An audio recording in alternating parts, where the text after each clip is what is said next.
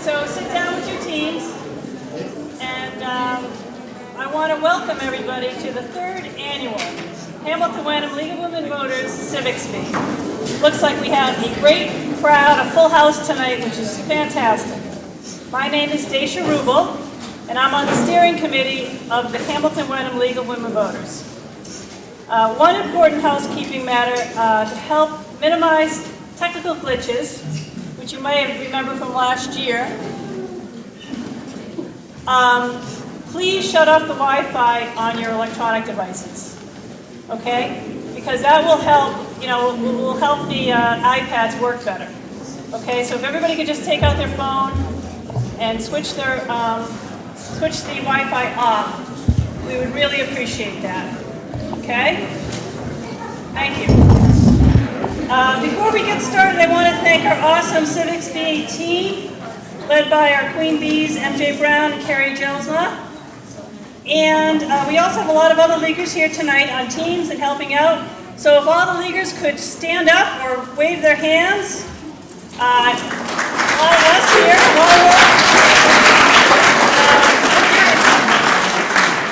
If you're interested in learning more about the league, please ask us or visit the league table, which is right over there. Also, a quick thank you to all the local businesses who have generously made donations to support the bee. They'll be listed on the monitor in the back throughout the course of the evening, so please take a minute. We have a wonderful community and wonderful businesses that always support our activities so generously. Last but not least, don't forget to visit the refreshment table in the back. That is going to be up and running all night, and snacks and drinks have been donated by 8th grade families, and it's staffed by the 8th grade students. All refreshments are free, but we ask that you consider making a donation that will, big or small, that will support the 8th graders' trip to Washington, D.C. in June. So don't forget to go get some snacks. I see that there's a lot of good stuff over there. All right, let's get this show on the road. Now, we're going to introduce our judges. We're so pleased to welcome 3 judges tonight. First, it's my pleasure to introduce Mary Ann Ashton. Mary Ann is the President and Development Committee Chair of the League of Women Voters of Massachusetts. Recently, she served as the Voter Services Chair, working on statewide efforts to encourage early voting implementation and providing voter information to all voters through the creation of online voters guide for the 2016 general election. She joined her league in Acton almost 20 years ago when she was a member of the school committee there. She's been active in the league since joining. With other members of her league, she piloted the creation of the annual Civics Bee in Acton more than 7 years ago. This is Mary Ann's 2nd year serving as one of our judges. Welcome, Mary Ann, and thanks for making the trek.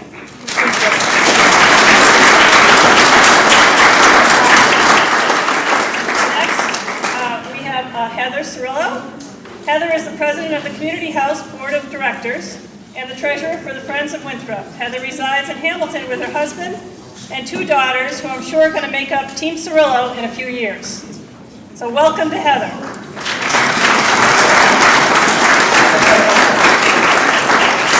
And finally, Michael Harvey. Dr. Harvey, a returning Civics Bee judge, has been our superintendent since 2012 and is a strong supporter of our civics engagement efforts. And that has been so great. A former high school principal and English and social studies teacher, this Civics Bee is right in his wheelhouse. So thank you so much for coming.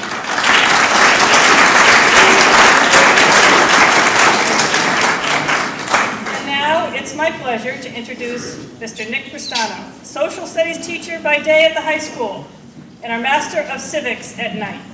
Take it away, Nick.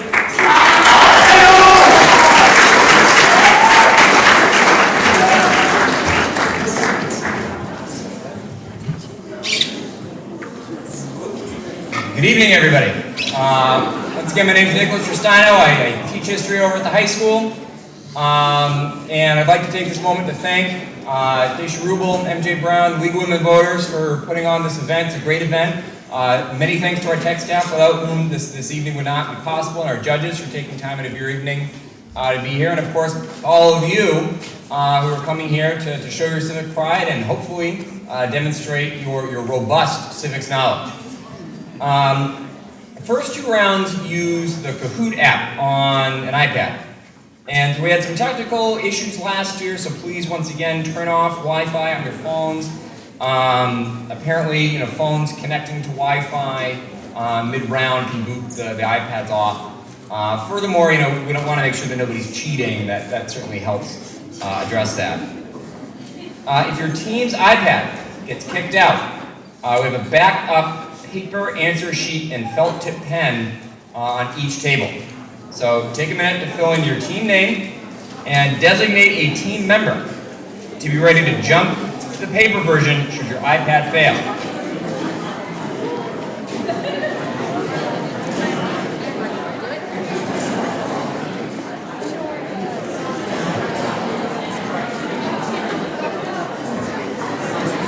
Now as you look at that paper sheet, the paper answer sheet follows the same format as the Kahoot quiz, so hence the little shapes.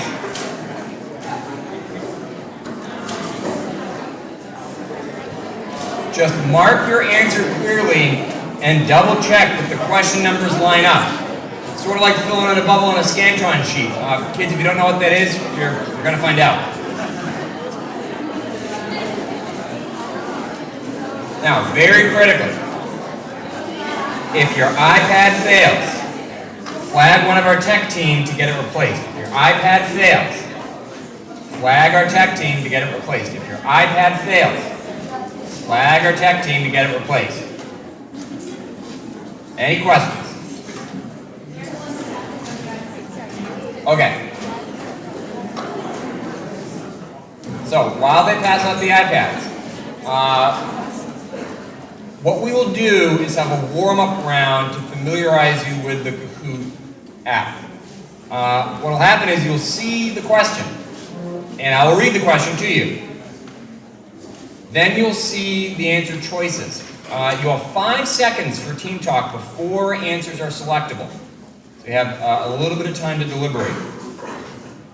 Discuss, agree, and click the shape on your iPad that corresponds with the correct answer. Speed and accuracy count. So points are awarded for a correct answer, but those points decrease the longer it takes for you to answer. But a fast wrong answer is worth no points. So you want to answer quickly, but if you get it wrong, you obviously get no points. So you will have up to 20 seconds to answer each question.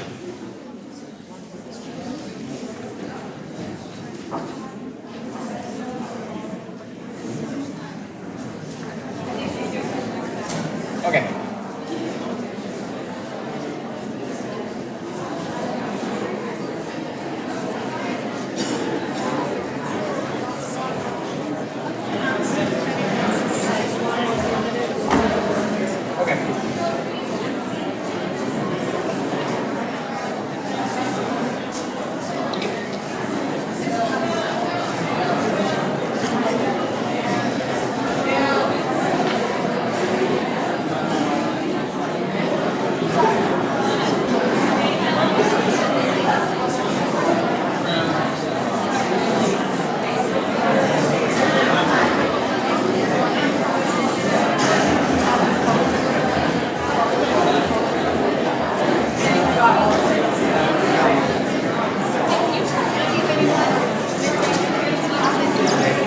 Everybody have an iPad? Or if anybody doesn't have one, please flag us down and raise your hand. Does everybody have an iPad? Every table. All right, we're all set then. Your iPad is open to the Kahoot app. So when the game pin appears on the screen, enter that into the box and click enter.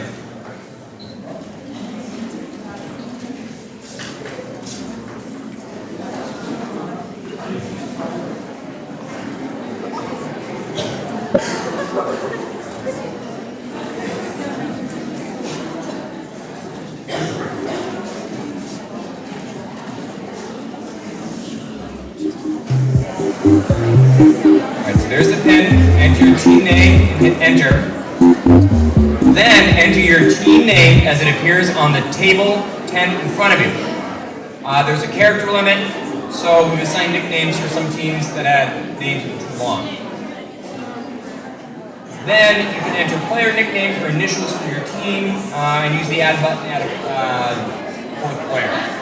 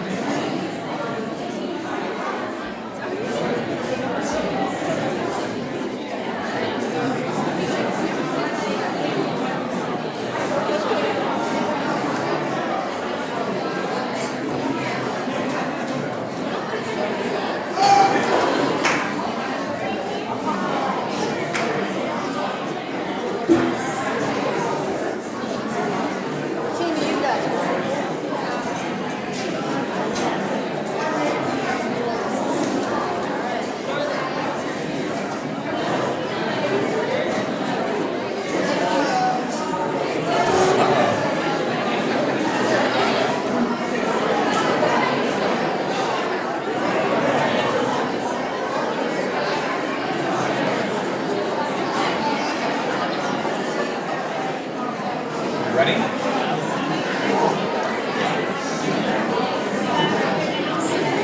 Is anybody not logged in yet? Got one?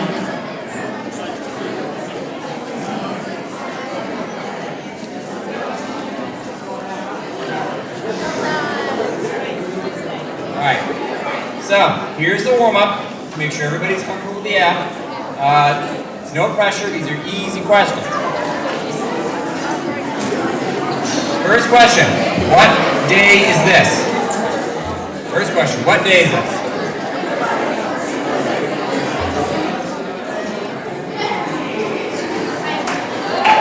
It's Thursday. It does seem like a Monday. Hopefully not another snow day. So it's not just a matter of getting the right answer, but getting it quickly. The faster you tap the screen when the 5-second team time is up, the more points your team is going to earn. So just don't be so fast to get it wrong, but you do get more points the quicker you answer. Alright, the next question. What am I doing here? What am I doing here?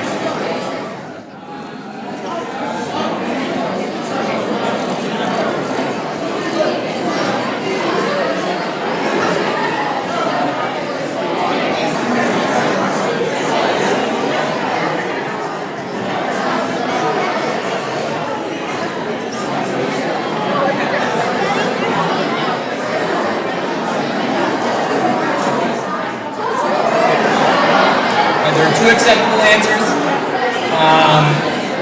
Hopefully we're all getting the hang of this. Hopefully there's no difficulties. Okay, next question. Hamilton and Wenham are in what county? Hamilton and Wenham are in what county?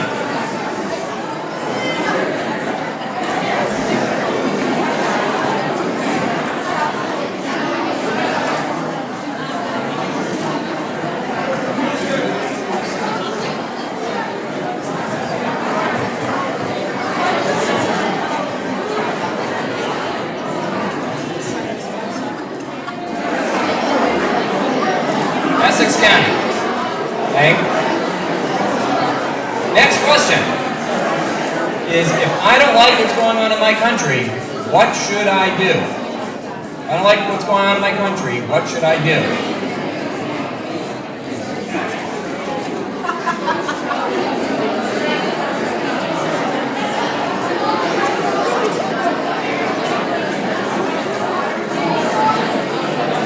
Get involved. Let your voice be heard. Okay, one last one. Okay, one last question in the warm-up round. Are we going to have fun tonight?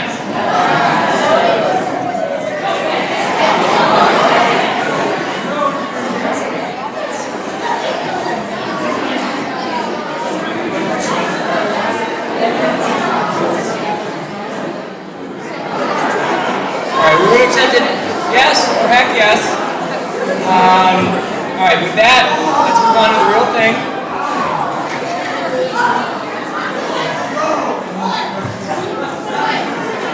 Okay, so you see the points up there that's reflective of how quickly you answer.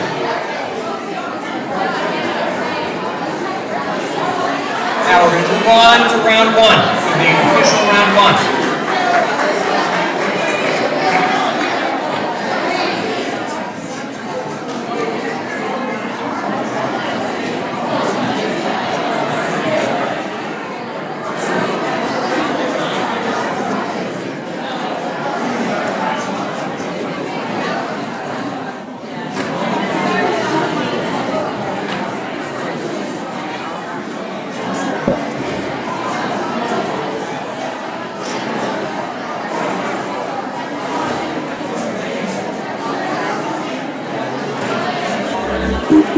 Alright, if you got your pen on the screen, please enter that.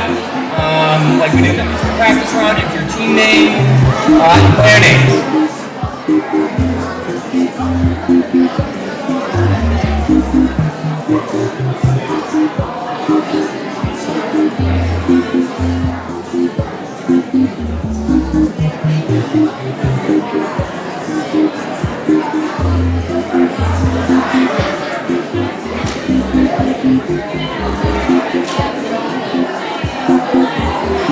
Okay. Just let me know when you're ready.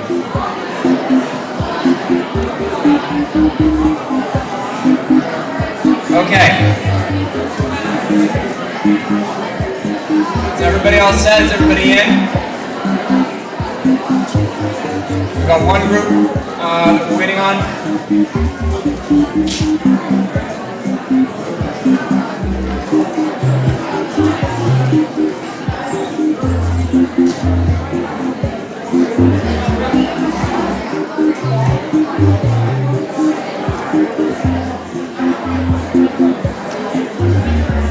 We all set? All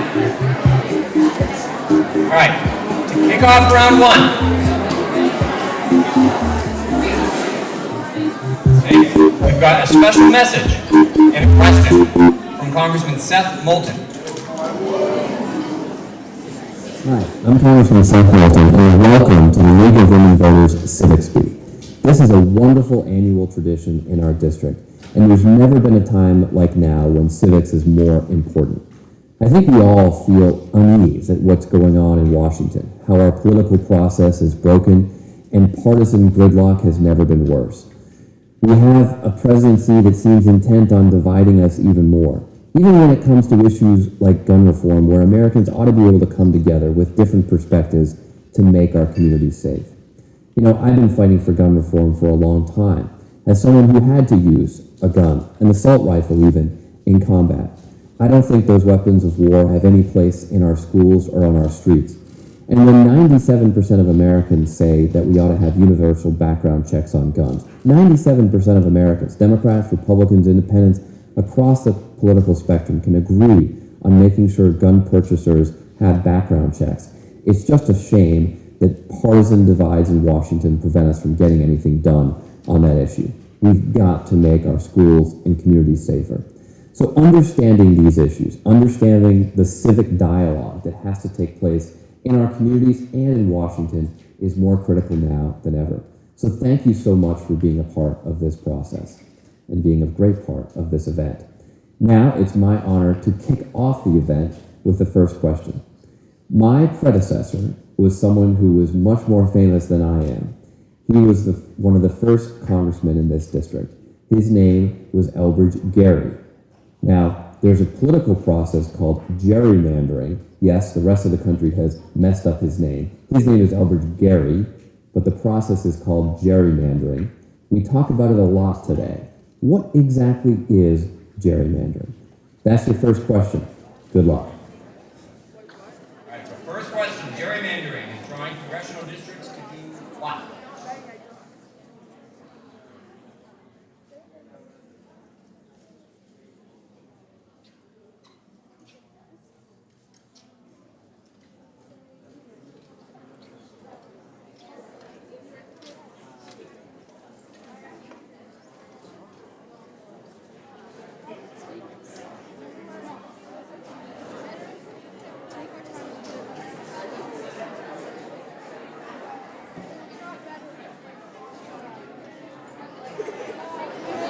to produce a particular electoral outcome. Very famously, a newspaper editor who saw the amphibious shape explained, salamander, why not call it a Garymander, now gerrymander?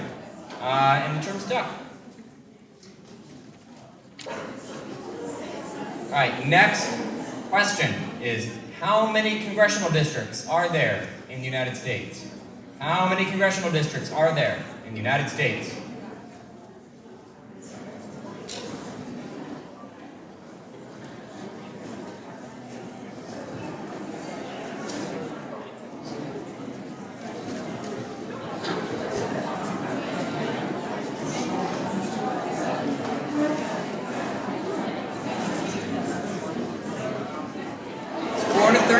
There's 435 voting members of the House of Representatives.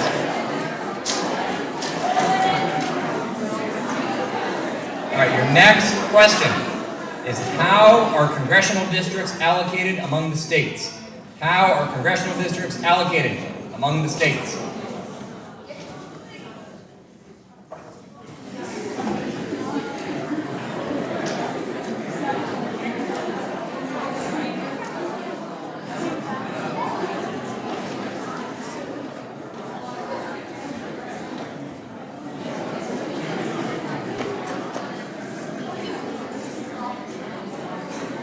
They're allocated according to population. Okay, the next question is, how many congressional districts are there in Massachusetts? How many congressional districts are there in Massachusetts?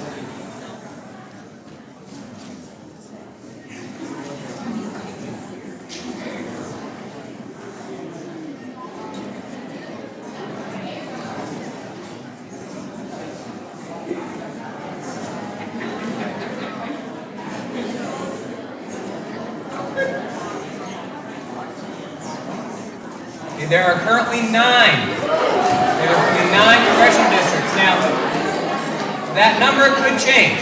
There's a census coming up in 2020, and if Massachusetts winds up having fewer people, they could have fewer congressional districts. So, all the more reason to pay attention to the census, how it's conducted. The next question is, must a representative live in the district that he or she represents? This is in Congress. Must a representative live in the district that he or she represents?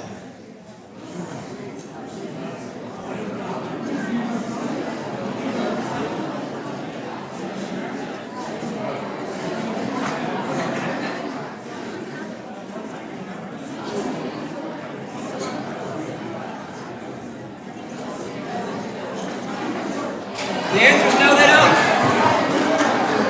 They don't need to live in district. They need to live in the state that they're going to represent. They don't need to live in district. In New Hampshire, Bernie Sanders' son is running for Democratic nomination for the 1st congressional district. He doesn't live in district. All right, next question is, what is the name of our national anthem? What is the name of our national anthem?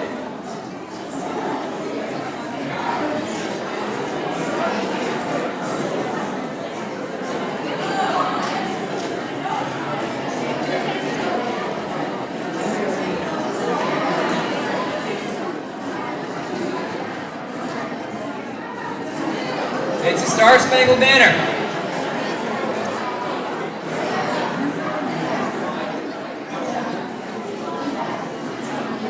All right, next question is, what are the 3 branches of the federal government? What are the 3 branches of the federal government?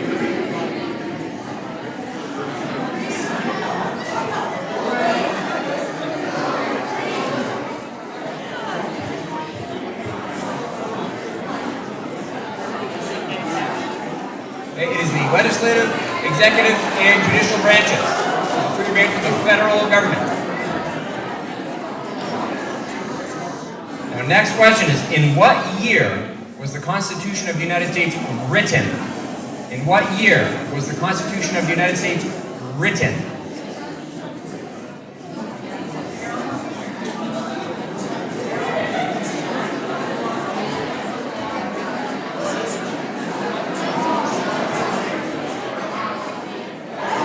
1787. So we tried the Articles of Confederation for a while, didn't quite work. We needed a strong national government to give some order to the states. That was in 1787 that was written. Now the next question is also about the Constitution. What is the introduction to the Constitution called? What is the introduction to the Constitution called?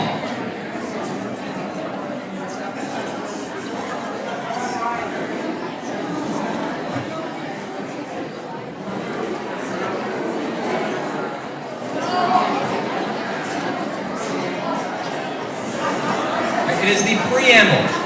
Okay, the preamble is the introduction to the Constitution. And continuing in this vein, how does the preamble and the Constitution begin? How does the preamble to the Constitution begin?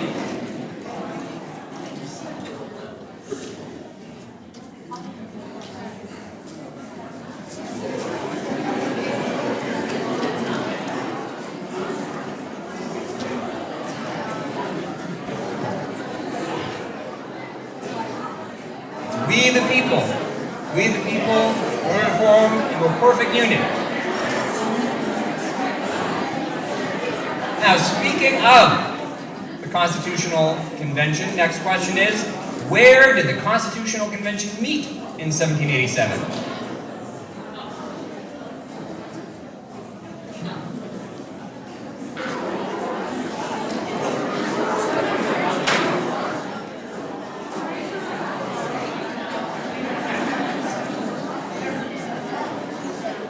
In Philadelphia. So they convened in Philadelphia to amend the Articles of Confederation, and then they wound up scrapping it and just writing the Constitution.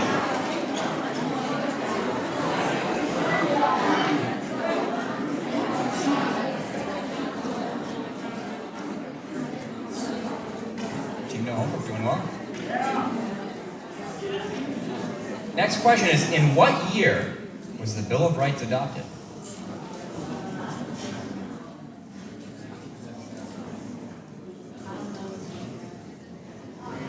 In what year was the Bill of Rights adopted?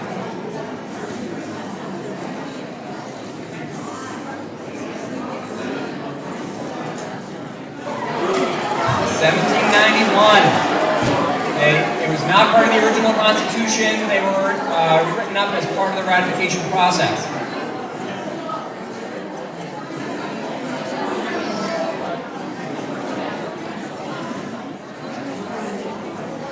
All right, next question is, what is the rule of law?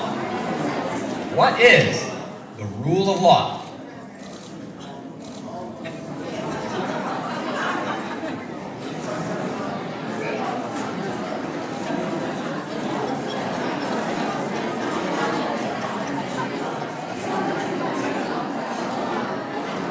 All right, the rule of law means that everyone must follow the law. No one is above the law. No one is above the law.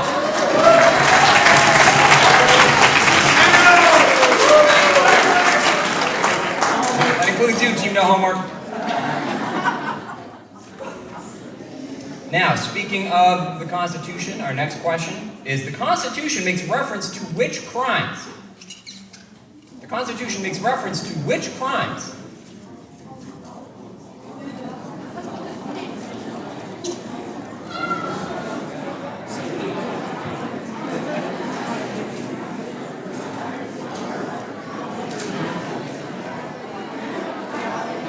All of them. They're all mentioned specifically. Piracy was a big issue back in those days.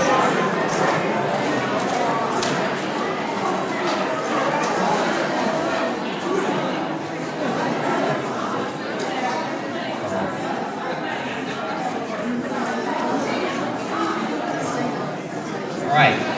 Our next question is, when someone takes the Fifth Amendment, they are proclaiming their right to what? When someone pleads the Fifth Amendment, they are proclaiming their right to what?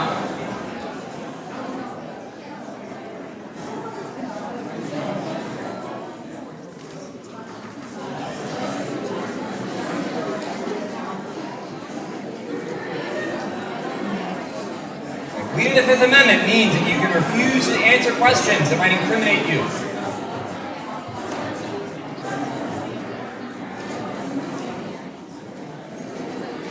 Our next question is, how many amendments are there to the Constitution? How many amendments are there to the Constitution?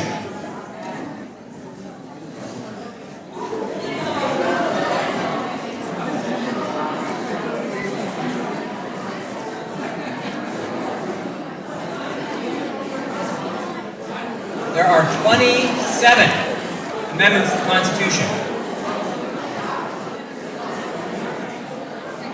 Now, in terms of congressional powers, our next question is, who has the constitutional power to declare war? Who has the constitutional power to declare war?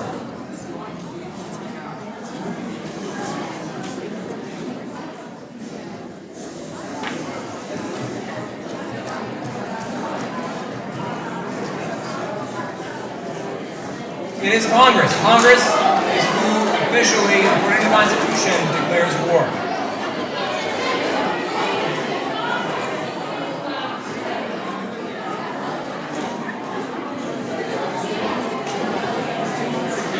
All right, our next question is, who is the first female justice on the Supreme Court? Who is the first woman justice of the Supreme Court?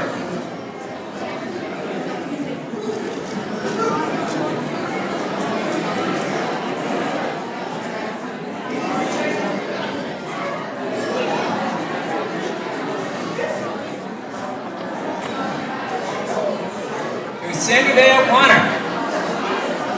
So Sandra Day O'Connor was conservative justice appointed in 1981, served until 2006. The next woman to be appointed, which was in 93, was liberal justice and pop culture icon Ruth Bader Ginsburg. And their remarkable friendship and professional relationship are really a great model for working together across differences.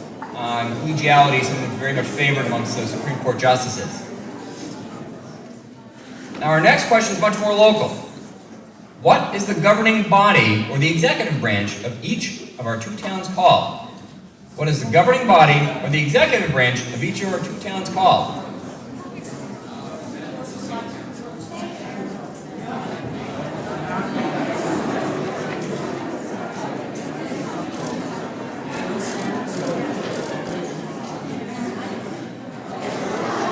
Board of Selectmen.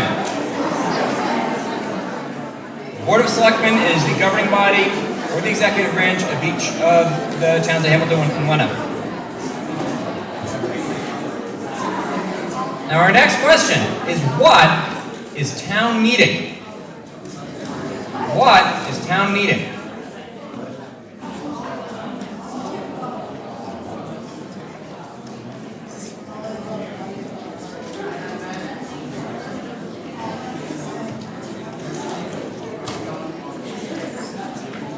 It's all the above. All the above. And speaking of your town meeting, in what month is both Hamilton and Wenham's next town meeting? So next question is, in what month is both Hamilton and Wenham's next town meeting?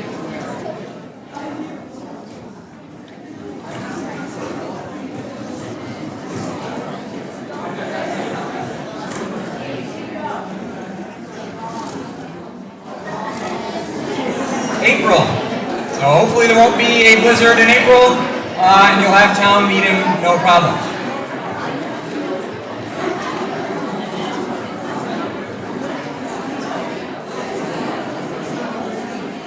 All right, our next question is, who is required to be present at town meeting? Who is required to be present at town meeting?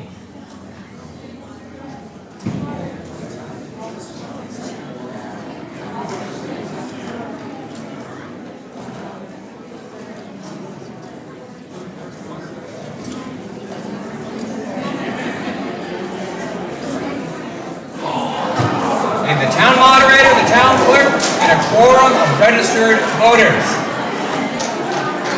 That's who needs to be at town meeting. Now pay careful attention to this next one.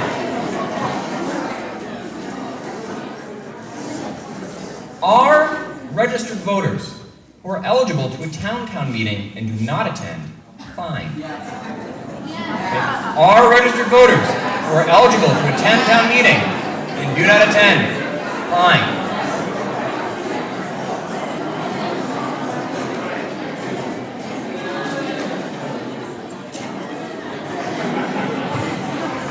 Okay, the answer is no. There's no fine for skipping nowadays, but if you skip, you just miss out on a chance to voice your opinion on what's going on in your town. In the early days of Wenham, many, many years ago, skipping, they would fine you back in the day, and skipping would cost you about the equivalent of a bushel of corn or a pound of beef.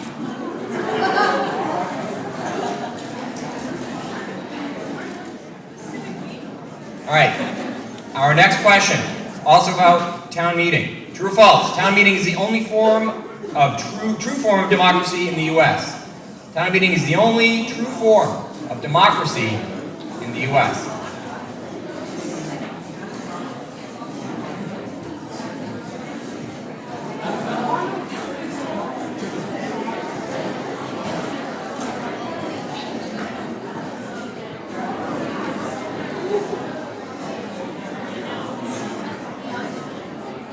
That is true, because the people in the town directly get to voice their opinion on matters in the town.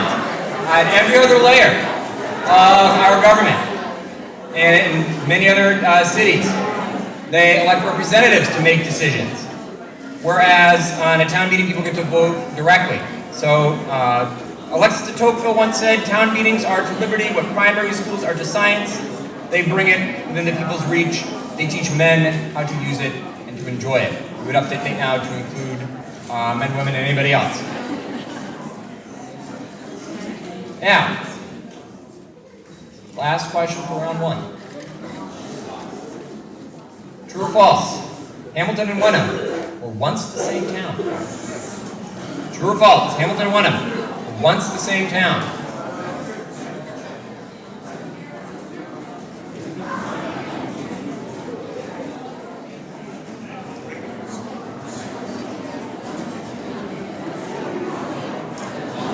That is false. Wenham was part of Salem, separating in 1643. Hamilton was part of Ipswich until 1793. So Wenham, 1643, separates from Salem. Hamilton separates from Ipswich. 1793, so Hamilton's the younger sibling by 150 years. So, with that in mind, if you tabulate the scores for round one, here's Daisy Rubel.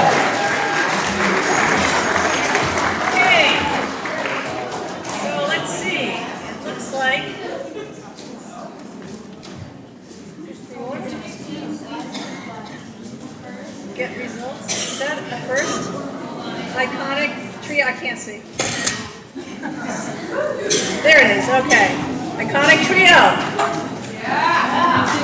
Happy Historians, Don't Stop B, and Team Ed Fund are the leaders. All right, after round one. So we're going to take in a moment, we're going to take a short break. I just want to make one quick announcement first. Just to let you know, one of the next thing that the League is working on is Candidates Night, which is going to be Thursday, March 29th at 7 p.m. at the Bucher School. It's an opportunity for you to hear from those running for local offices before the town meeting, which is on Saturday, April 7th, and town elections on Thursday, April 12th. So take time for a break. Don't forget to visit the refreshment table and give them some donations. Check out the League table. Okay, we'll be back in about 10 to 15 minutes.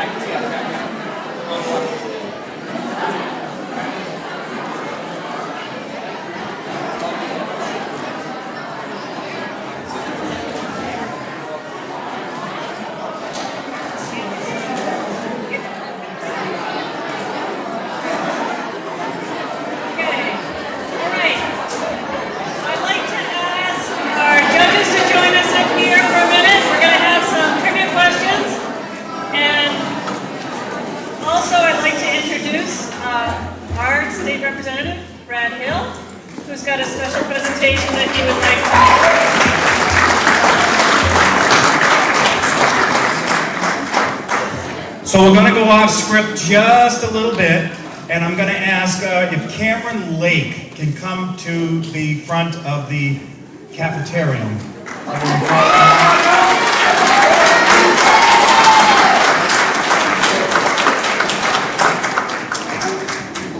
So for those of you who don't know, Cameron has attained the rank of Eagle Scout in the Boy Scout.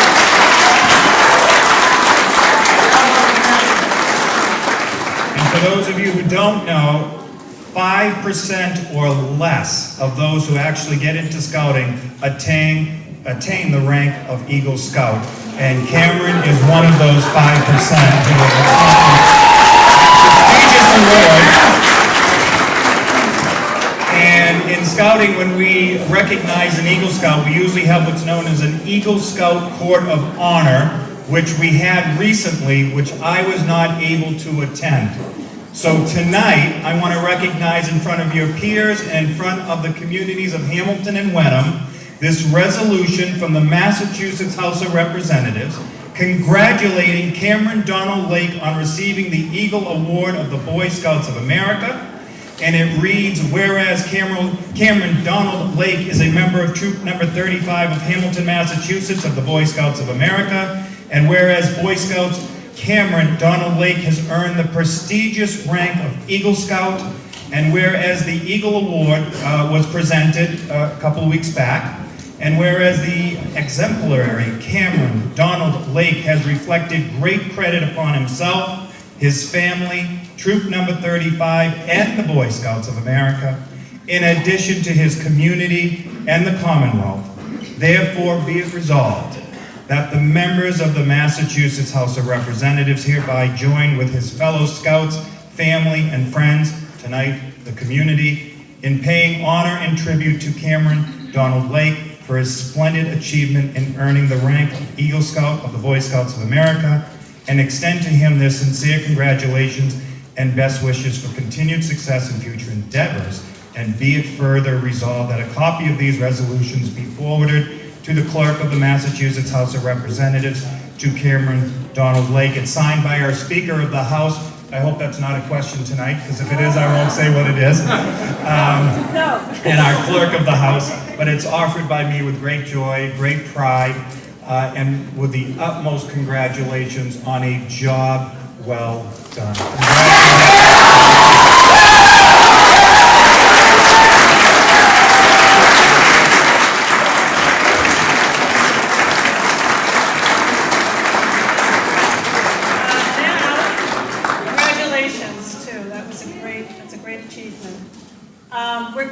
We're entering into the judges' trivia, and Brad is going to help us out with that as well. These are questions that we're going to ask judges and Brad, and if you know the answer, raise your hand.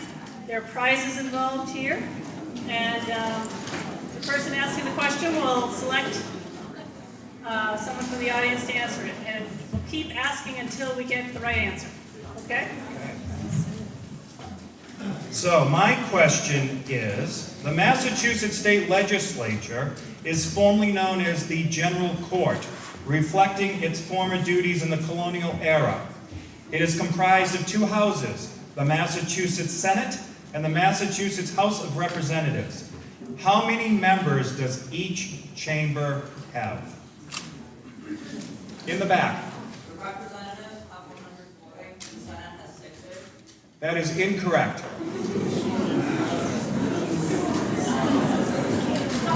However, close.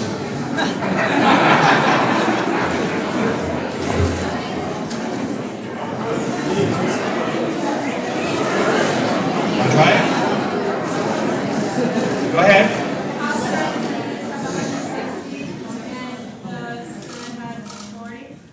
100% correct.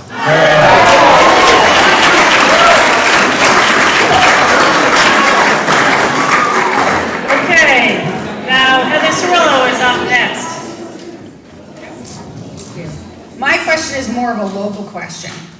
In 1921, George and Emily Mandel of Hamilton built a community house in memory of 8 men of both towns who died in military service during World War I, including their son. They commissioned Guy Lowell, a respected architect of Boston and New York, to design the building and gave the community house in trust to use by the residents of both towns. A statue of their son graces the building's portico. What is his name? In the back? That is incorrect.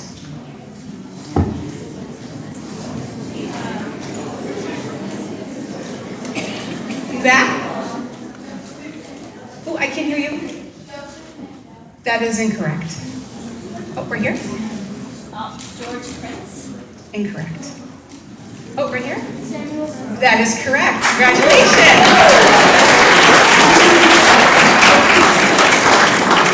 Great job. Okay, now we have Superintendent Harvey. What's up? The next one. And obviously, my question has to do with the history of education in Hamilton and Wenham. So before the high school was right next door, it was elsewhere in Hamilton. Its gates still graced the building that replaced it. Also, the middle school, before it was here at Miles River, used to be in Wenham. Who can tell me where they both were?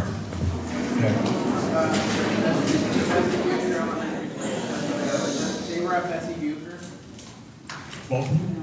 The middle school was. Okay. That's not high school? We're right here in the center. Bessie Bucher, and then the library.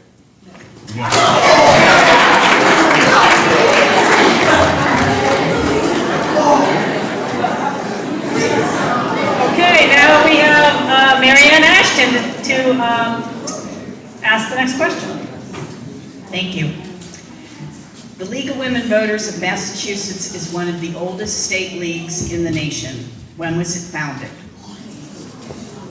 So I have 2 hints with this. We'll see if anybody knows it without the hint. Okay, yep. Yep.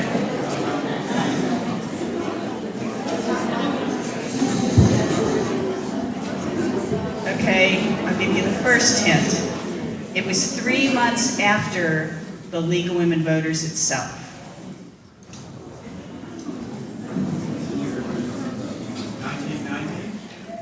That's incorrect.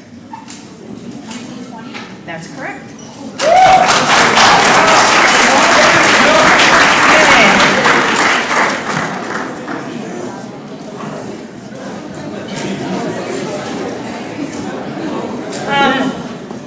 Okay, that's the end of our trivia time tonight. But don't worry, there's going to be more prizes later in the evening. We've asked Marianne Ashton, the president of the Mass League, to just give us a brief update about what's going on in the State League. Here you go, Marianne. Thank you. So the League of Women Voters mission statement is empowering voters and defending democracy. We are a nonpartisan organization, which means that we do not support or oppose candidates or parties. However, we do take action on issues that we've studied and have positions about. First big area we work on is getting out the vote. So right now we have a student video contest going on for high school students in Massachusetts, and the theme of it this year is Get in the Game and Play. And we are going to use those 30-second public service announcements that are done by students to make sure that people in Massachusetts know to vote in the September primary and the November 2018 general election. We'll also be working on an electronic voter's guide, which is what we've done the last couple elections, and you'll see information about that as it gets closer. And finally, we've been working on voter registration. 15 to 20 of our local leagues were actively in high schools this week registering students to vote. We want to make sure that the students who feel so passionate about issues right now know that the first thing they can do is exercise their right to vote. And we're asking all of the grown-ups in the community to help support us in that and make sure that you show everyone how important it is to vote. In terms of activism, one of the big legislative areas we've been working on this year has been with automatic voter registration, so that to make it easier for people to be registered to vote. If you change your address or move around, your registration goes with you. In addition to that, we've been working hard on criminal justice reform, some work on safe communities, and a comprehensive climate change bill, all of which are making their way through the legislature. We send out an action newsletter each month to our members that gives them some ideas about what they can do this month to make a difference.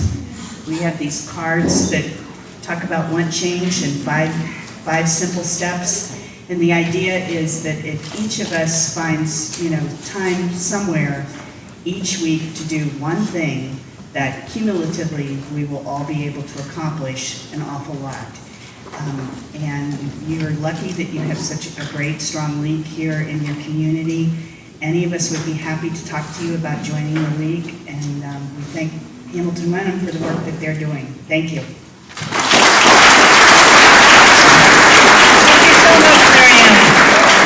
Okay, now let's get back to the game.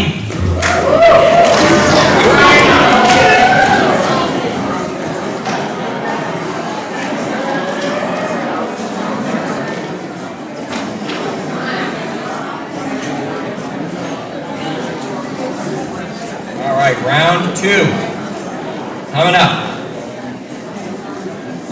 We are going to kick off round two with a question from a special guest. But let's make sure we get everybody logged in first. So we're going to log into Kahoot the same way as before.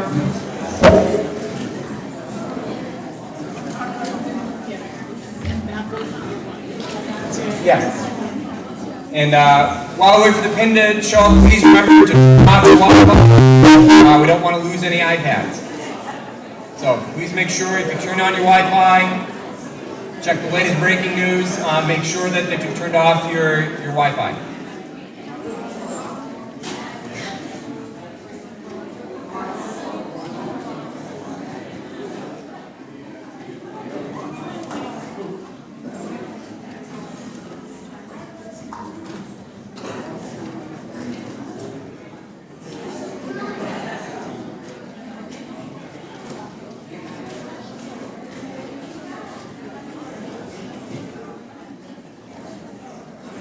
Okay, is everybody logged in, or do we have anybody that's not yet logged in?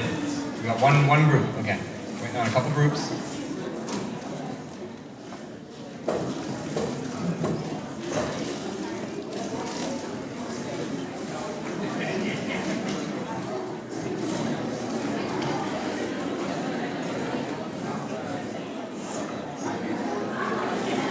Is everybody logged in? All right, remember, if you have any issues, flag down our tech staff. I'll be more than happy to help you. All right, so we'll be kicking off round two with a question from another special guest that wasn't able to join us tonight. One of your two senators, Elizabeth Warren. Hello, I'm Senator Elizabeth Warren, and I'd like to welcome all the students and volunteers to the third annual Hamilton Women's Civics Bee. In our democracy, government is just another name for all the things that we, the people, decide to do together. Whether it's making sure that families can access health care, protecting our environment, or making sure that students can get an affordable college education. Government makes the kinds of decisions that help build a future for all of us. And we need you to play a part in the decision-making process. Over the past year, we've seen democracy start to rewire itself. People have joined marches, they've flooded the phone lines of Congress, they've made their voices heard. Across the country, young people are now leading the conversation and demanding action. And this is how change happens. So I'm glad you're all here today to compete in this Civics Bee, and I hope you will find ways to stay engaged in our government. We're counting on you. So, now for my question. Student activism can lead to real change in policy, law, and social norms. In fact, student activism and demonstrations against the Vietnam War led to the quickest ratification of a constitutional amendment in U.S. history in 1971. The amendment standardized the minimum age for voting to 18. Which amendment is it? Okay, so the first question of our 20-question second round is which amendment standardized the minimum voting age? 18.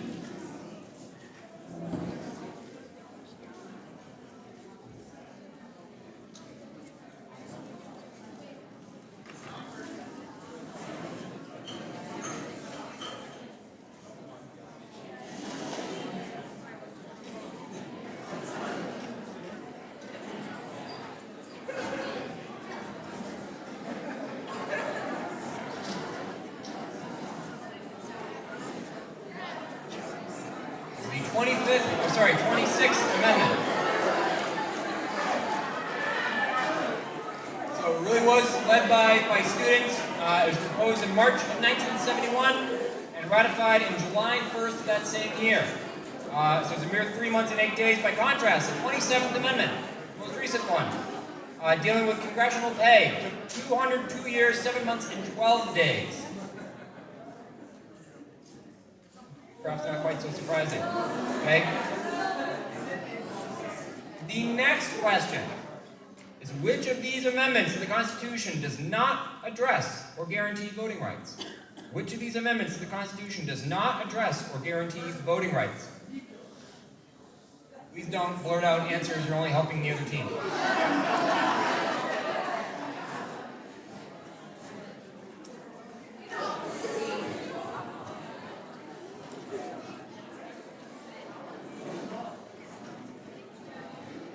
It is the First Amendment.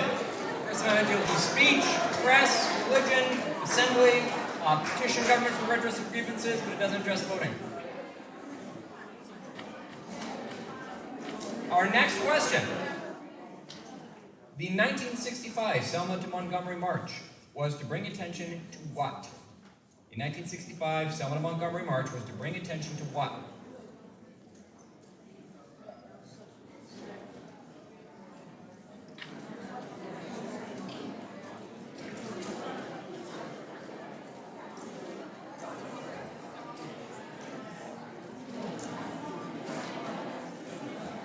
Voting rights for African Americans. That's what the Selma March was all about.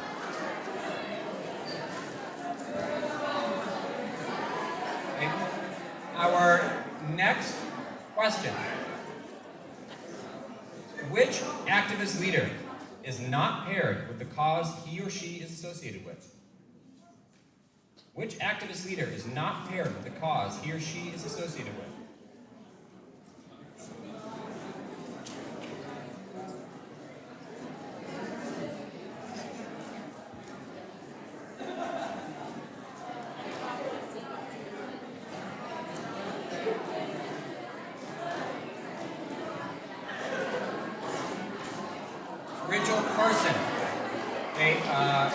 Rachel Carson wrote a very famous work called Silent Spring. She was a well-known environmentalist.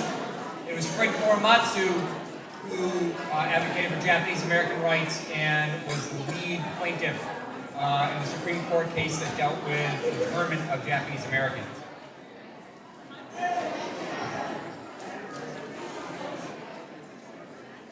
Next question. What percentage of states must ratify an amendment for it to be added to the Constitution? What percentage of states must ratify an amendment for it to be added to the Constitution?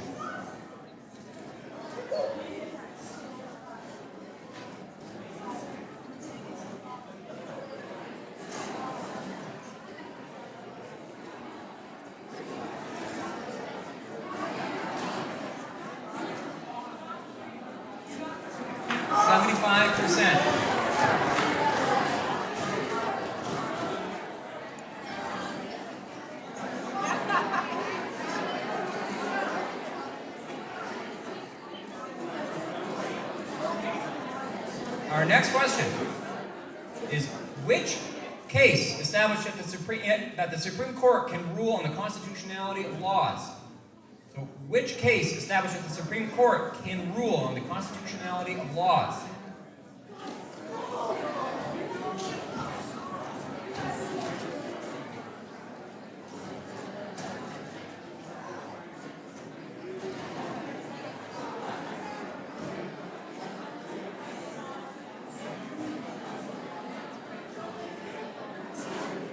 Marbury versus Madison. Marbury versus Madison. So hopefully the AP US history students got that one right.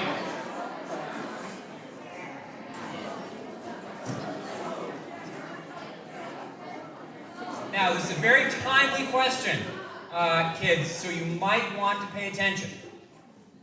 Which Supreme Court case defined a student's First Amendment rights in public schools?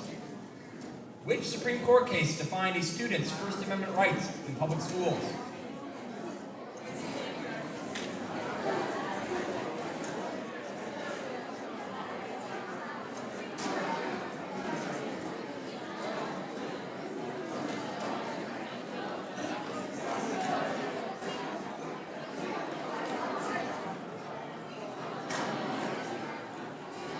It's Tigger versus Des Moines.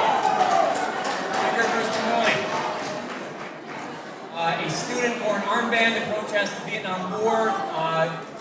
School officials tried to get them to take it off. They refused. This went to the Supreme Court. This is still the test applied to the regulation of speech and expression in the classroom. Justice Fortas wrote in the majority opinion, quote, "It can hardly be argued that either students or teachers shed their constitutional rights to freedom of speech or expression at the schoolhouse gate." Our next question, again, is about a Supreme Court decision. Brown versus Board of Education of Topeka, Kansas, settled what issue?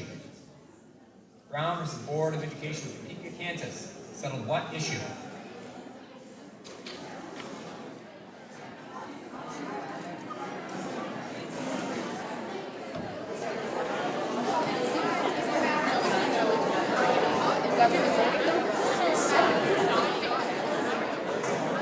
Separate but equal facilities. Brown v. Board rules that separate is inherently unequal.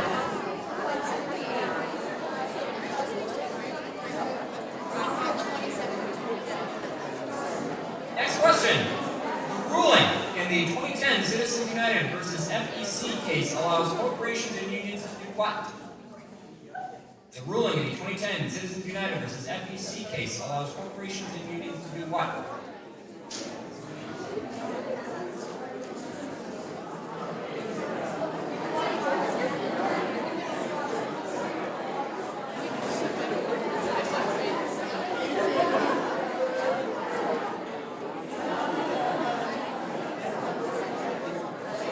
Do they indirectly spend unlimited money on campaigns?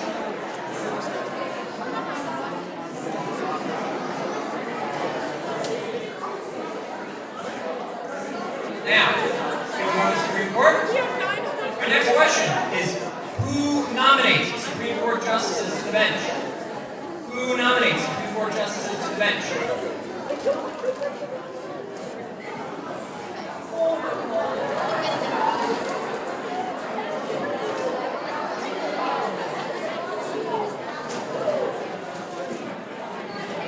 The President is who appoints justices to the bench.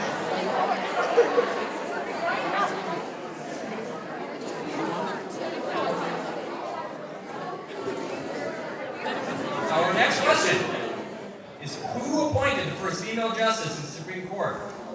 So, who appointed the first woman justice to the Supreme Court?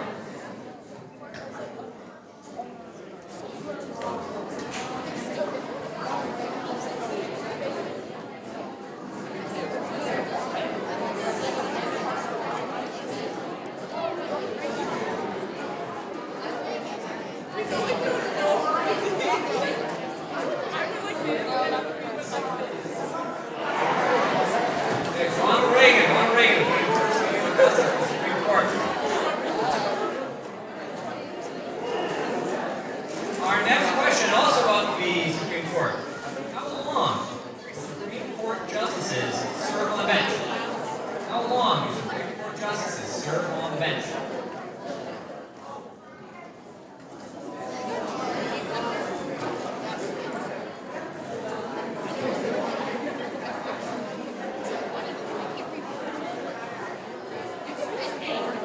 Until death or retirement.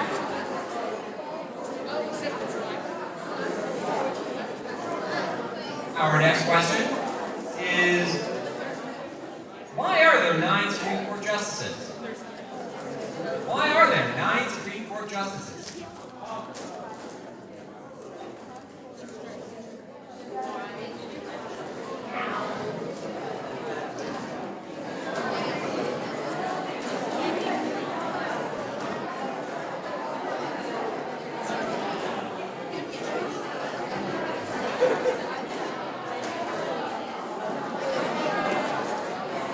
House number 1869. Next question is, before being seated on the bench each day and before conferences, Supreme Court justices do what?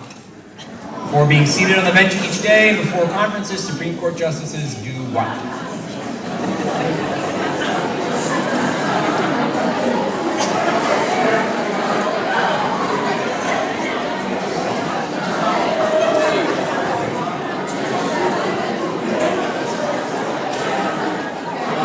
They shake hands all around.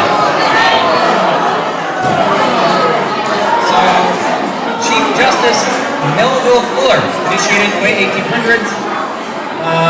It's a reminder that though their opinions might differ, they're all working for a common purpose. They all have very important work to do.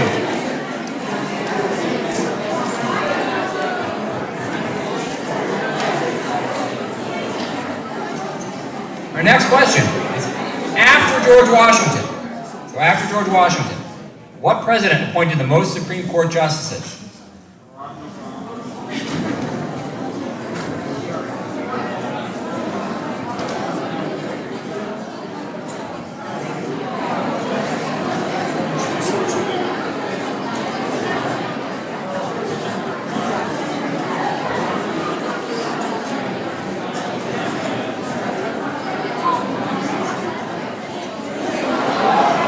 Franklin Roosevelt. So Washington, the first president, nominated 11. Roosevelt, who was elected 4 times, served 3 terms, was able to name 9 Supreme Court justices to the bench.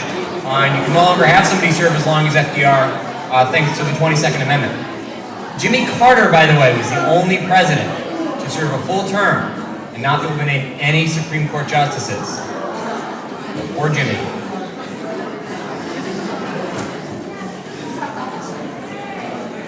Next question is, what is inscribed on the front facade of the Supreme Court building? What is inscribed on the front facade of the Supreme Court building?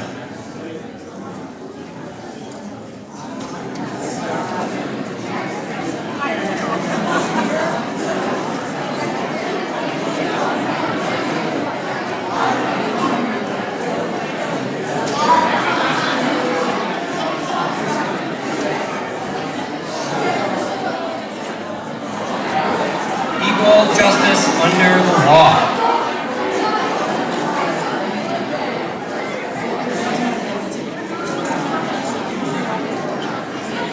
All right, for our next question.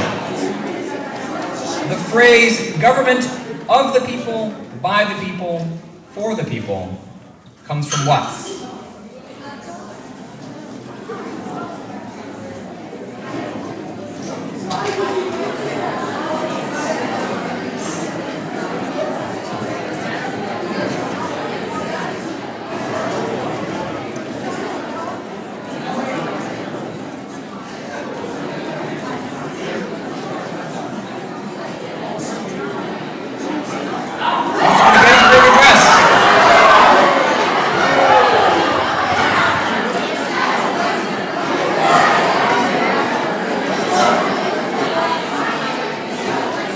Now, to kick off our last series of local government questions, we have another special guest, Wenham Town Clerk, Diane Bucco. Hi everyone, my name is Diane Bucco. I'm the Wenham Town Clerk.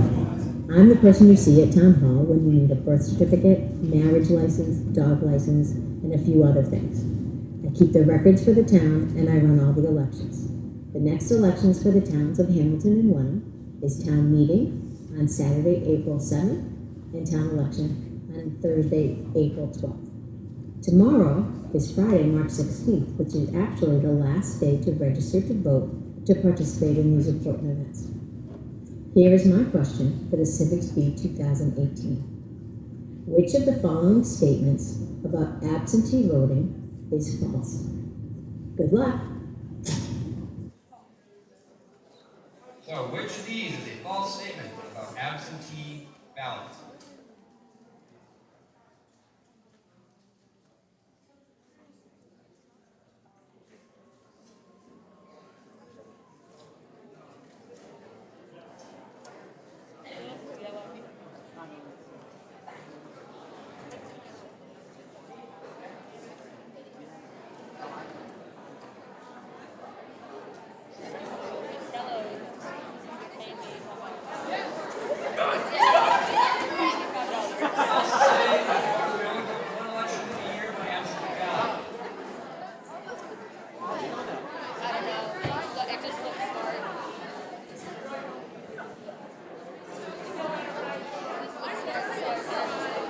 The next question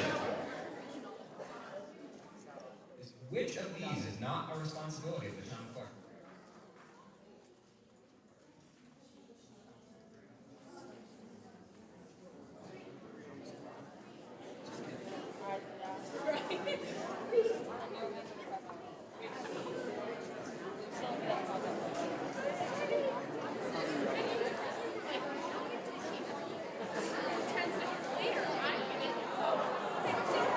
Another responsibility.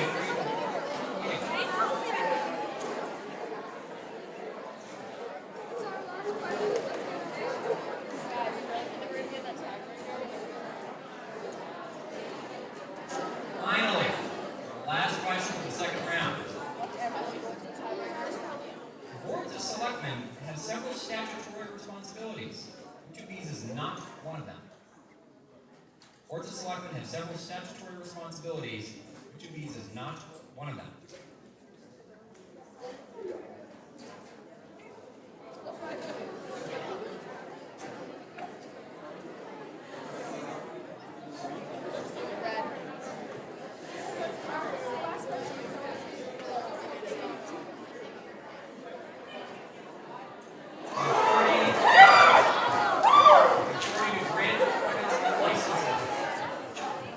So, that is the end of round two.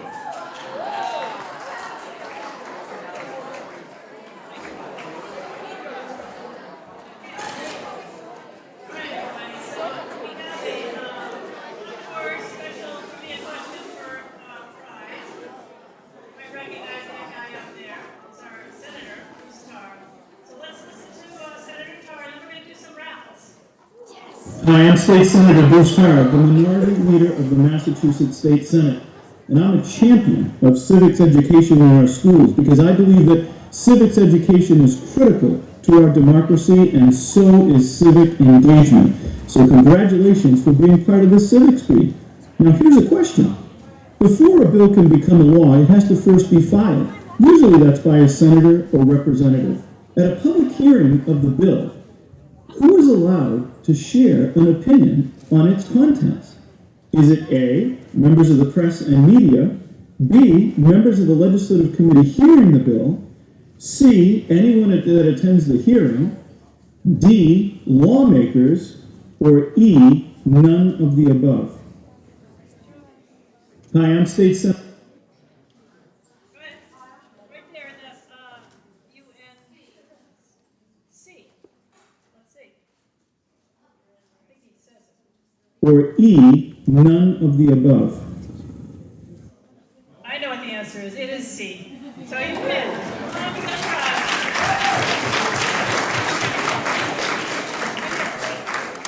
Jen, over here.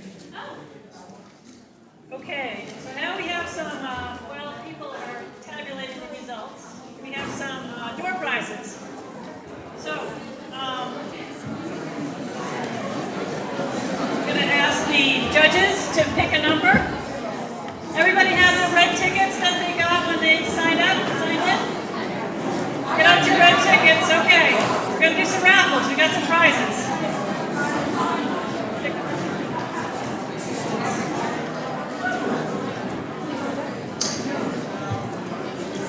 Okay. Number 2149361. I'll read it again. 2149361.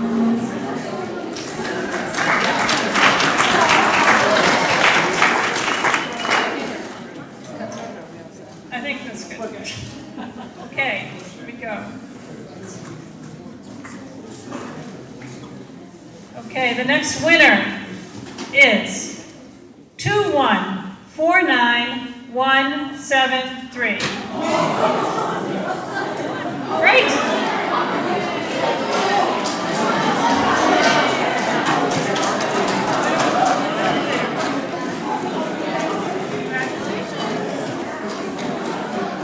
Okay.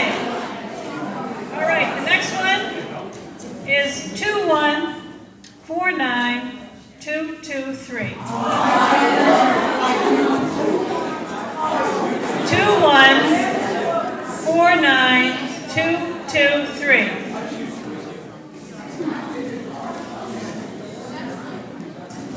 I'll read it one more time and then we'll pick another number. 2149223. Okay, let's try another one.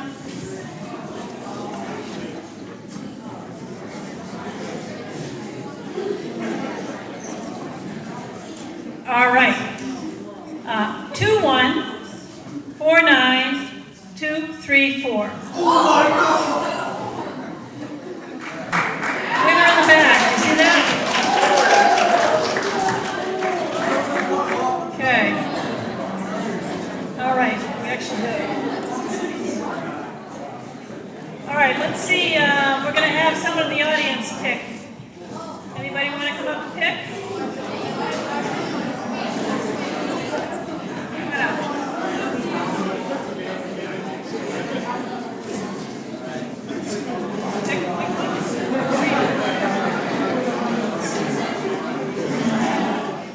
Two 2149168.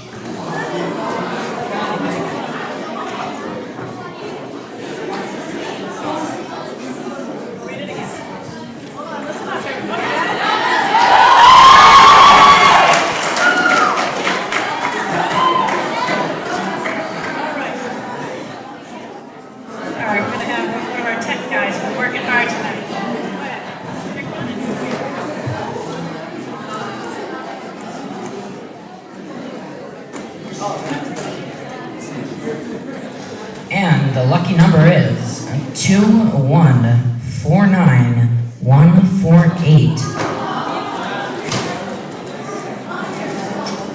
2149148. Apparently no one has that.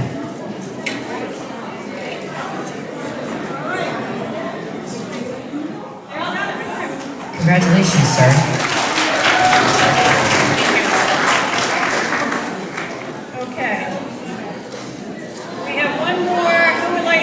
else like to come up and pick?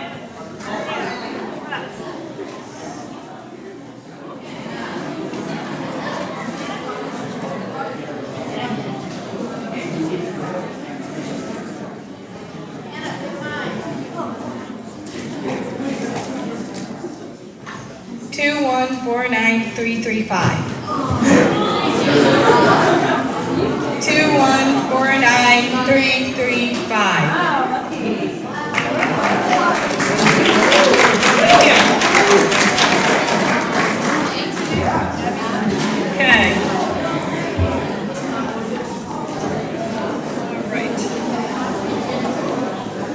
All right, we're just we're just trying to figure out our finalists here at the moment, so before we do that, we are going to ask, where is she? What?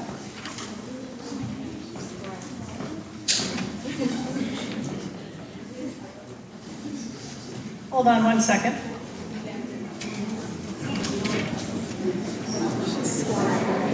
Well, we're going to wait a second, so I'm going to have to do a little improv up here.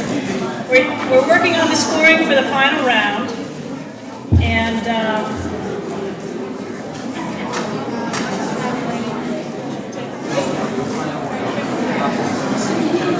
hold on one second.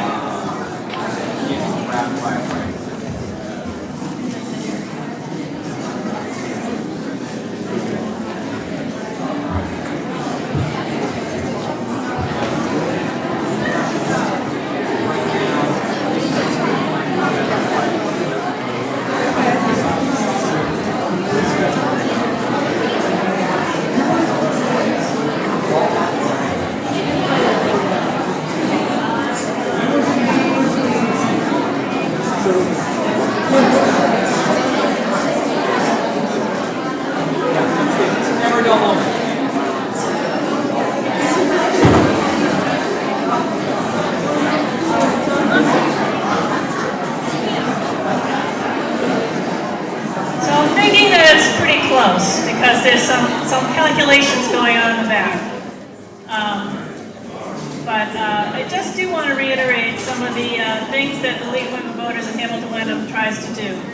Of course, we talked about voter registration. We've also tried to have some compelling, interesting forums. We've had you might have seen around town our WTF forum, #WTF, which was about fake news, and we had some really interesting speakers come in, and we talked about some of the challenges that everybody has to face in digesting and looking at their media. We've also had Eric Liu, who is the head of Citizens University, who is a civics educator, and he came and talked with us as well.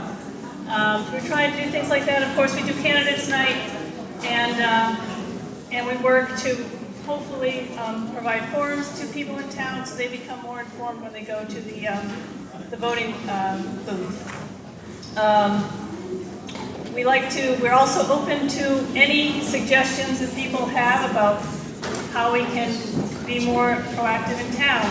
That's another reason to join the league. If you have any ideas, we're very open to that, and we're happy to help support those ideas and bring them hopefully to fruition. So that's a little bit about what we do. And I don't know if anybody has any questions about the league in Hamilton, or yes? Where can you go to join the league? Right, she asked, where can you go to join it? Right there. So the table there, we have some information. We also, actually upcoming, it's kind of interesting, we started a book club this year. We've been reading some different titles, and we get together and we have a lively discussion about them. Some of them are sort of politically charged, some are just more informative, thought-provoking. The one we're reading right now, and the book club date is, I believe, April 26th. It is Lawrence O'Donnell's book. There's some information over there. I forget the name of it. Playing with Fire? Playing with Fire. And it's about the 1968 presidential election, I believe. Yes. So it's kind of an interesting book. So there's some parallels with that book and what's going on today. So we're just kind of getting into it. But that's something we've added this year. We try to have some social events as well. But we really try to support our democracy in any way we can. Yes. Tell the 16-year-olds and 18-year-olds and 17-year-olds about voting, how to vote, how to register to vote. Yes, so we will, so if you are 18, of course, you're eligible to vote, but of course you have to register. We do some drives around, we've done it at the high school and other places over the last many, many years. But you can always go to your, you can look online right now, there's online voter registration, and we have some cards over there that'll tell you how to do it. If you are 16, you can pre-register to vote, so we have some cards over there that will tell you exactly what you can do, what to do. Everything can be done online, so it's easy for you guys. We can also help you in any way that you'd like, and town clerks can help you register to vote as well. So, anything else on that? No? Does anybody else have any other questions? Yes. What kind of things go on at candidate night? Are there a lot of contested positions in town this year? I believe there are three. I think there are 3 contested positions this year. In Hamilton, only in Hamilton. Corinne, do you remember? We've got selectmen, planning board, and moderator. So we'll have people at candidates nights, and you can submit questions in advance. And I believe there's an opportunity to just submit them when you get there on cards and stuff. And if you have particular issues that you want to have discussed of those candidates, learn more, you can do that as well. Okay? Anything else? How are we doing? Working on it.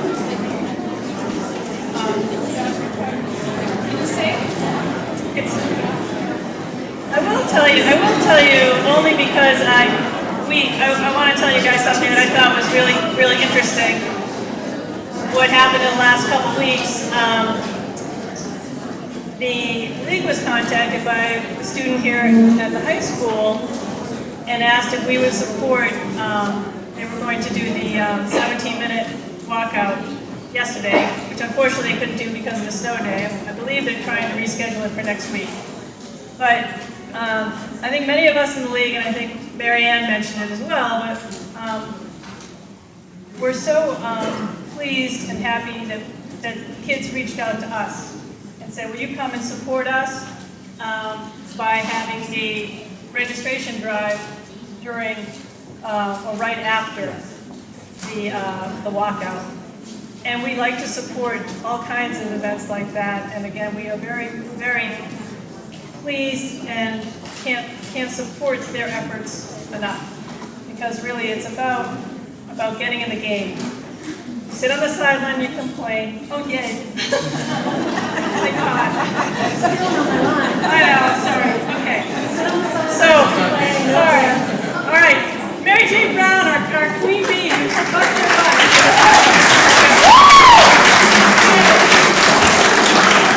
All right, so I'm not even going to bother you with any of my thoughts. Get out there, get involved. It takes 10 signatures to get something on the warrant for a town meeting, so if you feel passionate about something, do something. And with that, we have our top 3 finishers who will come up and compete in a lightning round. No pressure, 60 seconds, all you can answer. In 3rd place, we have Bear Arms with 48,667 points.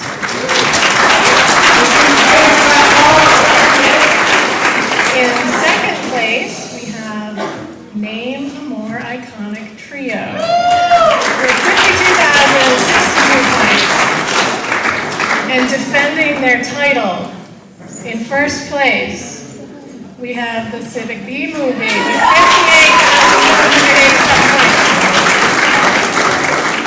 So I'm going to pass it back, and we're going to start our championship round. The tech guys are going to start, and gals are going to start collecting the iPads, and we're going to do our championship round. I think we start with Team 3.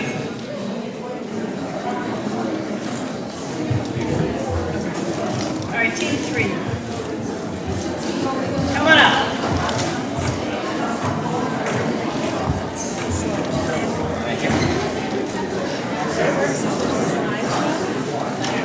So, folks in the audience, here's how the championship round's going to work. The team comes forward, and they're going to answer a lightning round of questions of 60 seconds to answer as many questions as they can, and our panel of judges will score their answers. They're all questions that can be answered quickly with a number of something to do with numbers. So years, ages, term lengths, article numbers, counts of things, which came first. If there are any questions about whether an answer is acceptable, our judges will have the final say. Is there just one of our team that answers, or do we talk in it? You can have a designated answerer, or you can shout it out so long as you're shouting out with one voice. The judges will determine the veracity of their claims. I'm going to read them to you. Yeah. You're going to have them up? Yep, I'll have them up there. Okay. You see your timer there. Yeah. So, listen. All right. Are you ready? Number of U.S. representatives in the House of Representatives. 435. Most terms to which a president has ever been elected. 3. Minimum number of electoral college electors for a state. No, that's. Can you stop the clock because you said a different question than what came up? Yeah, the question is different from that. Oh, so that was. Wait, is that right? Okay, all right. The year African American men got the vote. 1865. Which amendment came first? The right to vote for women or for African Americans? African Americans. Age or name of the youngest man elected president? Kennedy? Which one? John F. Kennedy. Term of a Massachusetts state senator? 6 years. Number of years residency requirement for president? 35.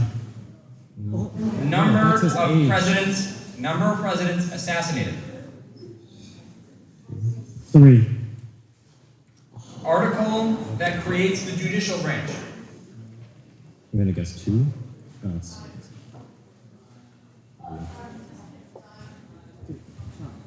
Oh, Tucker.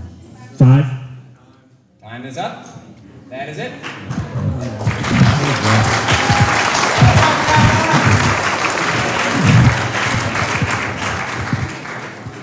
All right, so name a more iconic trio. Our second group.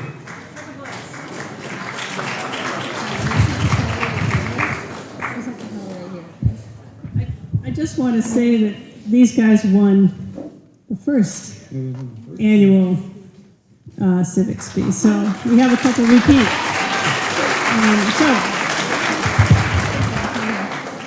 All right, so once again, you've got 60 seconds. Your first question is, total number of United States senators. 100. Most years a person could potentially now serve as president. 8. Electoral votes needed to win the presidency. 270. Year women got the vote. 1920. Which amendment came first, an income tax or the abolition of slavery? Slavery. Age or name of the youngest man to become president? Teddy Roosevelt. Number of stripes on the flag? 13. Number of year citizenship requirement to run for U.S. Senate? 12. Number of votes needed to end the filibuster? 60. The legislative branch is defined by what article? 2. The year in which the Constitution was ratified? 1789. The president's term of office? 4 years. Majority needed to overturn a presidential veto? 2/3. Number of amendments of the Constitution? 27. Minimum age requirement to be president? 35. There you go.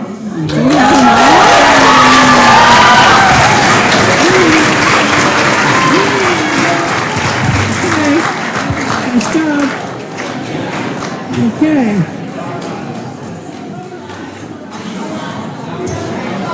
So it's a Civics Bee movie. Defending the title. We'll see. Okay, guys? Ready? All right. Are you ready? Yes. Number of Supreme Court justices currently serving. 9. Number of votes needed in the U.S. Senate to confirm a cabinet appointment. 51. Total electors in the Electoral College.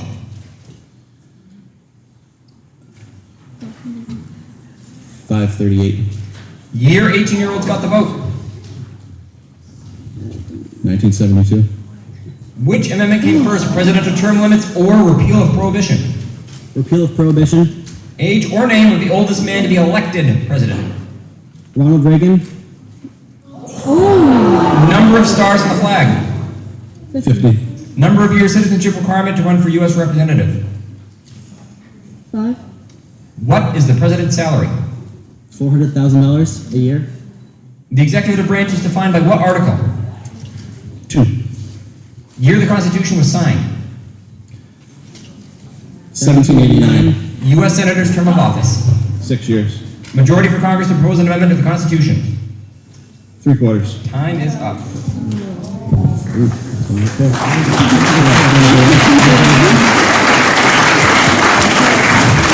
right, judges are tabulating the scores. All right, hang on, everybody.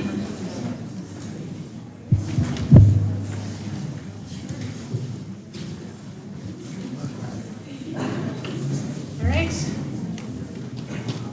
Would you like to do the honors? Sure. So, in third place, with 3 correct answers and a technical glitch, we have Bear Arms.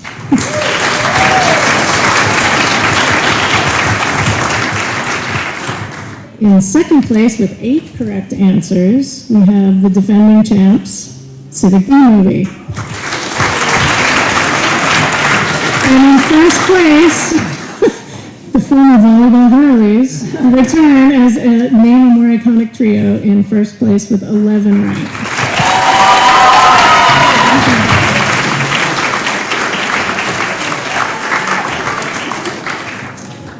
Okay, we're just gonna we're gonna get the awards ready in a minute, but I just wanted to I just wanted to take a minute to thank some people who are very important to making this night work.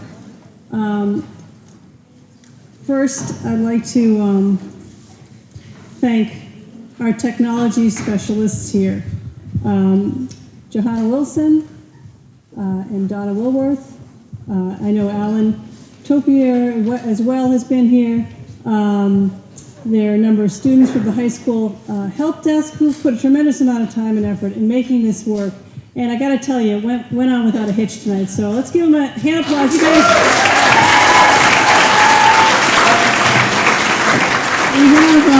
We have some gifts for you guys for the Johanna and Donna. Please come up.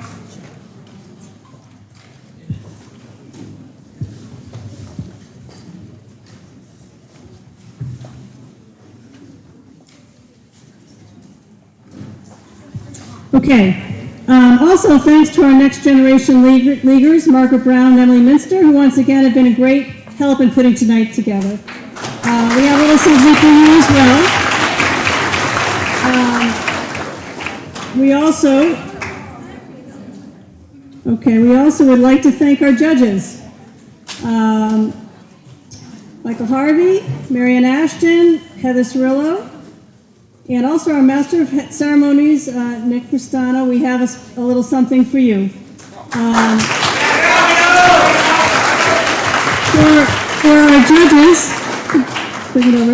For our judges, we have a copy of Dan Rather's book, What Unites Us.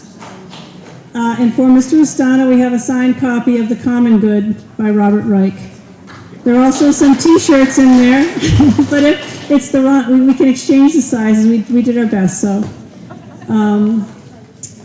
And thank you to all the volunteers who have contributed their time and effort. We also have a really nice relationship with the Social Studies Department, so we'd really like to thank Kristen Borges, who's here on a team, Tyler Walker, Eric Fengler, Principals Eric, Tracy, Craig Hovey for being wonderful partners and for getting the word out to the students about the bee and helping to make this a successful event. I also want to thank our local businesses again. They've contributed, as always, great prizes, even the balloons from Crosby's. And I can't end, of course, without giving a big thank you to the local Cultural Council of Hamilton Wenham and the Salem 5 Charitable Foundation for providing the funding to the league so we can have an event like this that's free and open to the public.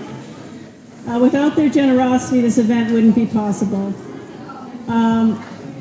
I'd also like to give a personal thank you to MJ again. MJ puts a tremendous amount of time, Mary J. Brown. And I know it's important to her to know that she is making a difference. And I think we should applaud her again for that. I have something for over there, but it's way over there. Okay.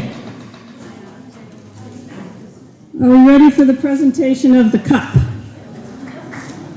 I'd like to ask all the League of Women Voters members from all over to come up because we're going to try to take a picture with everybody. And let's see.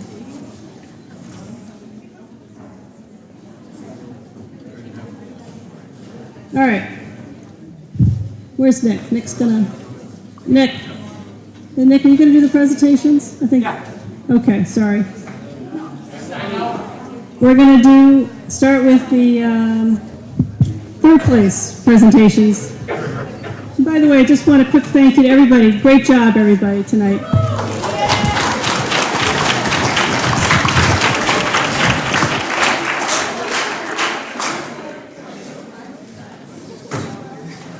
All right, our third place squad. Where's Bear Arms? Okay, please step forward.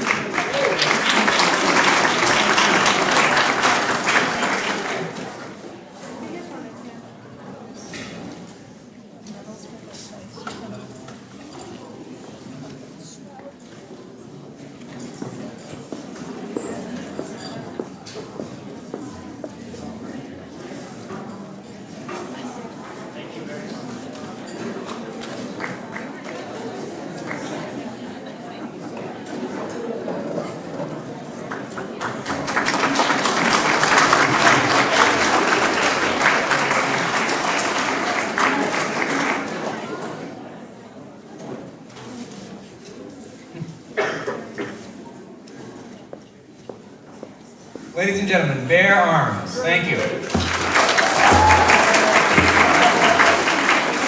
Our second place team, Civics B Movie. Please step forward.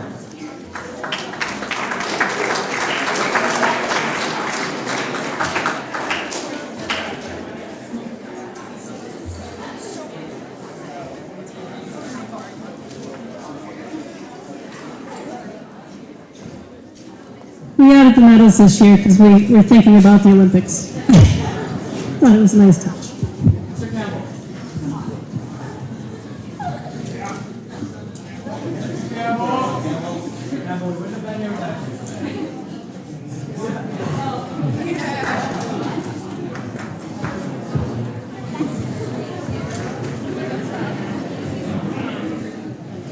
All right, ladies and gentlemen, Civics B Movie.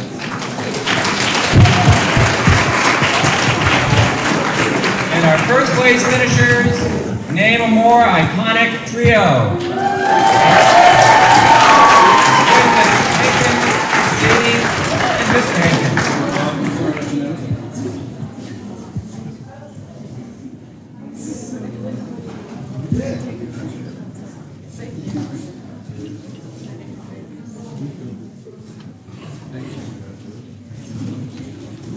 Okay, just a minute.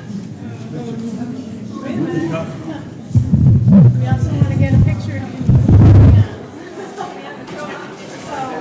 have a perpetual trophy. We add teams to the side. So there are the volleyball girlies, Civic B Movie on here, And we'll get a picture of you guys with the cup and then we'll get it engraved.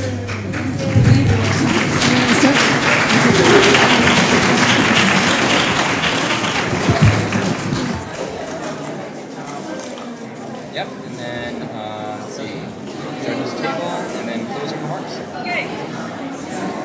Hey, you guys, that's it tonight. Thank you so much for coming. Thanks a lot. Have a great night, and don't forget to follow us on Facebook.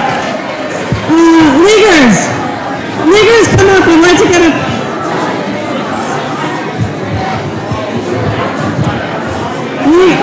If leaguers could come up here.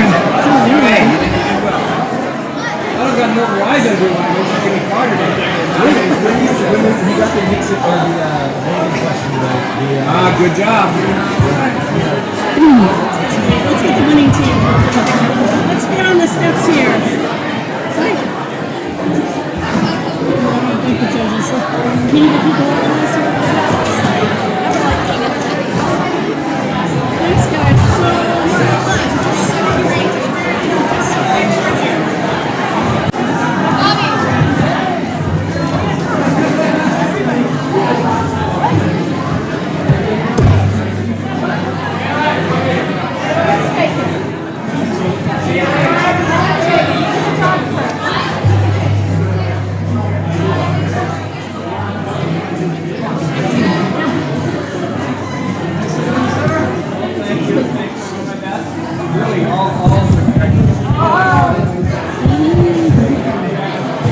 Wait, Cecily, winning team. Jim, come up here with your trophy, come on. Come on, let's go. I will get my picture. We will get our picture. You guys can kneel, or you guys can kind of squat. Just, come on, Jim, you can stand up. You can stand up. Only man. Daisha, I can't see Daisha.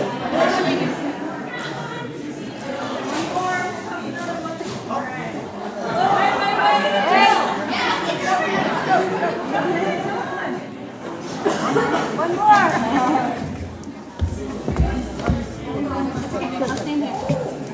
He's a professional. Really is. That's a professional.